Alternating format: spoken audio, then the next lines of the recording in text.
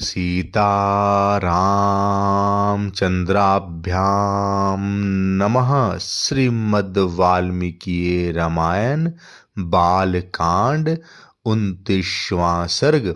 विश्वामित्र जी का श्री राम से सिद्धाश्रम का पूर्व वृतांत बताना और उन दोनों भाइयों के साथ अपने आश्रम में पहुंचकर पूजित होना।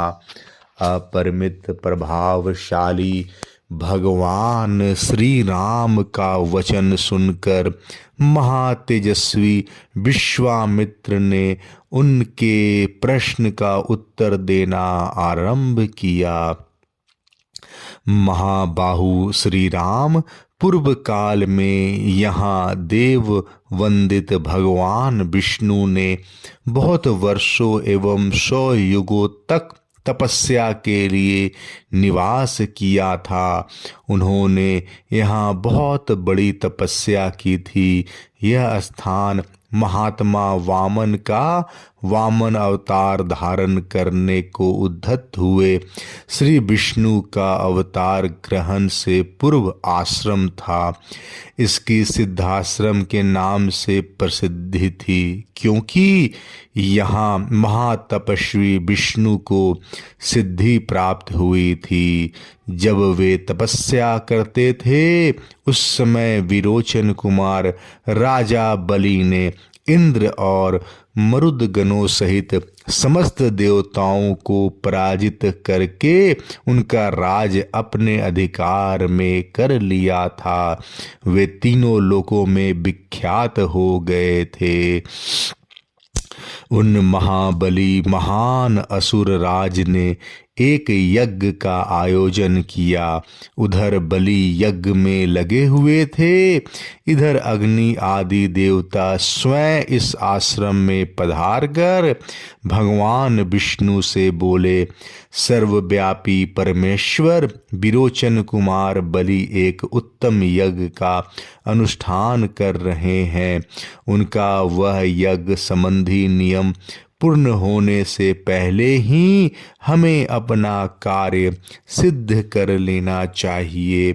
इस समय जो भी याचक इधर उधर से आकर उनके यहाँ याचना के लिए उपस्थित होते हैं, वे गौ, भूमि और स्वर्ण आदि संपत्तियों से जिस वस्तुओं को भी लेना चाहते हैं, उनको वे सारी वस्तुएं राजा बलि यथावत रूप से अर्पित करते हैं। अतः विष्णु, आप देवताओं के हित के लिए अपनी योग माया का आश्रय ले वामन रूप धारण करके उस यज्ञ में जाइए और हमारा उत्तम कल्याण साधन कीजिए। श्री राम इसी समय अग्नि के समान तेजस्वी महर्षि कश्यप धर्म पत्नी अदिति के साथ अपने तेज से प्रकाशित होते हुए वहां आए। वे 1 सहस्त्र दिव्य वर्षों तक चालू रहने वाले महान व्रत को अदिति देवी के साथ ही समाप्त करके आए थे।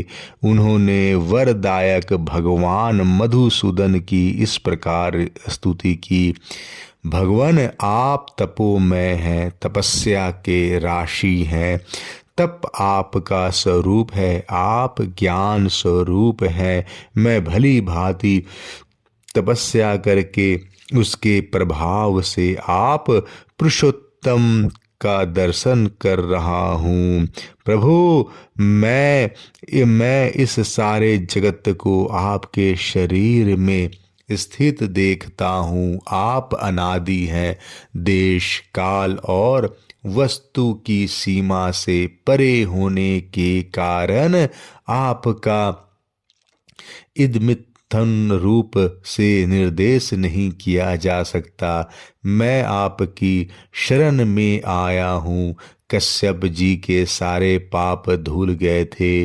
भगवान श्री हरि ने अत्यंत प्रसन्न होकर उनसे कहा, महर्षि, तुम्हारा कल्याण हो। तुम अपनी इच्छा के अनुसार कोई वर मांगो, क्योंकि तुम मेरे विचार से वर पाने के योग्य हो। भगवान का यह वचन सुनकर मरीचि नंदन कश्यप ने कहा, उत्तम व्रत का पालन करने वाले वरदायक परमेश्वर, संपूर्ण देवताओं की अदिति तथा मेरी भी आपसे एक ही बात के लिए बारंबार याचना है।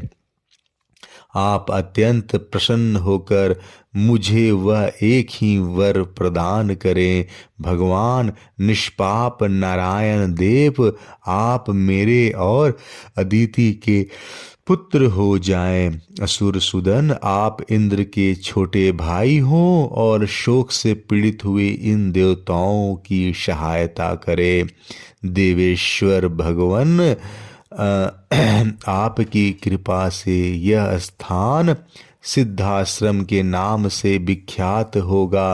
अब आपका तप रूप कार्य सिद्ध हो गया है, अतः यहाँ से उठिए। तदंतर महातेजस्वी भगवान विष्णु अतिथि देवी के गर्भ से प्रकट हुए और वामन रूप धारण करके विरोचन कुमार बलि के पास गए। संपूर्ण लोकों के हित में तत्पर रहने वाले भगवान विष्णु बलि के अधिकार से त्रिलोकी का राज्य ले लेना चाहते थे, अतः उन्होंने 3 पग भूमि के लिए याचना करके उनसे भूमि दान ग्रहण किया और तीनों लोकों को आक्रांत करके उन्हें पुनः देवराज इंद्र को लौटा दिया।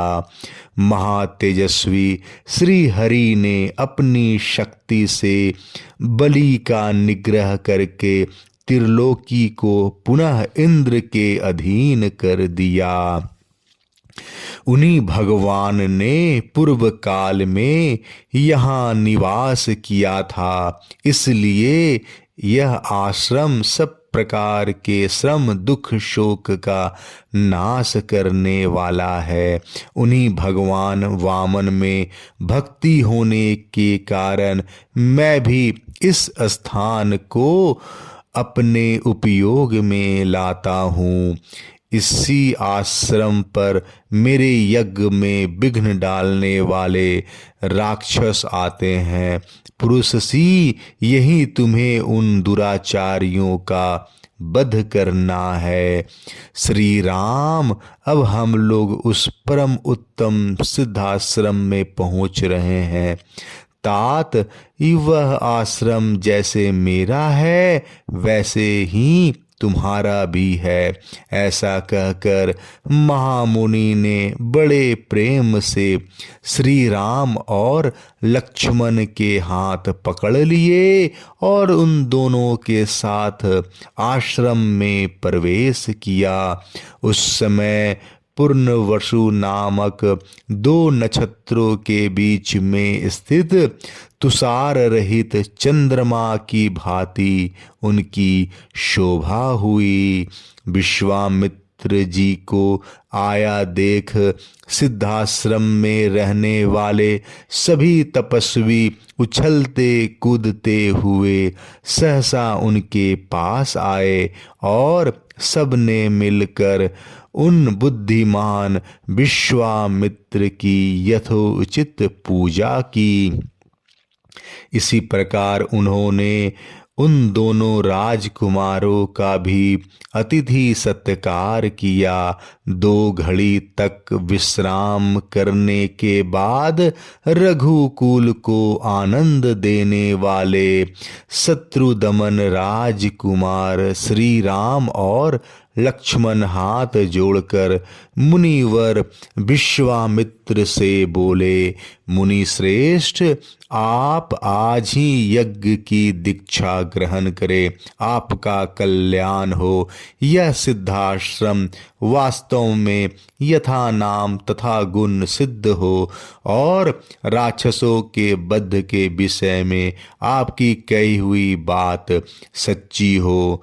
उनके ऐसा कहने पर महातेजस्वी महर्षि विश्वामित्र जितेंद्रिय भाव से नियम पूर्वक भी सावधानी के साथ रात व्यतीत करके सवेरे उठे और स्नान आदि से शुद्ध हो प्रातः काल की संध्योपासना तथा नियम पूर्वक सर्वश्रेष्ठ गायत्री मंत्र का जप करने लगे।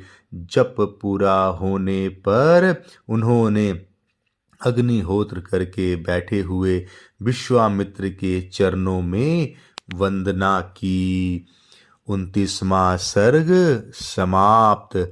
जय श्री राम।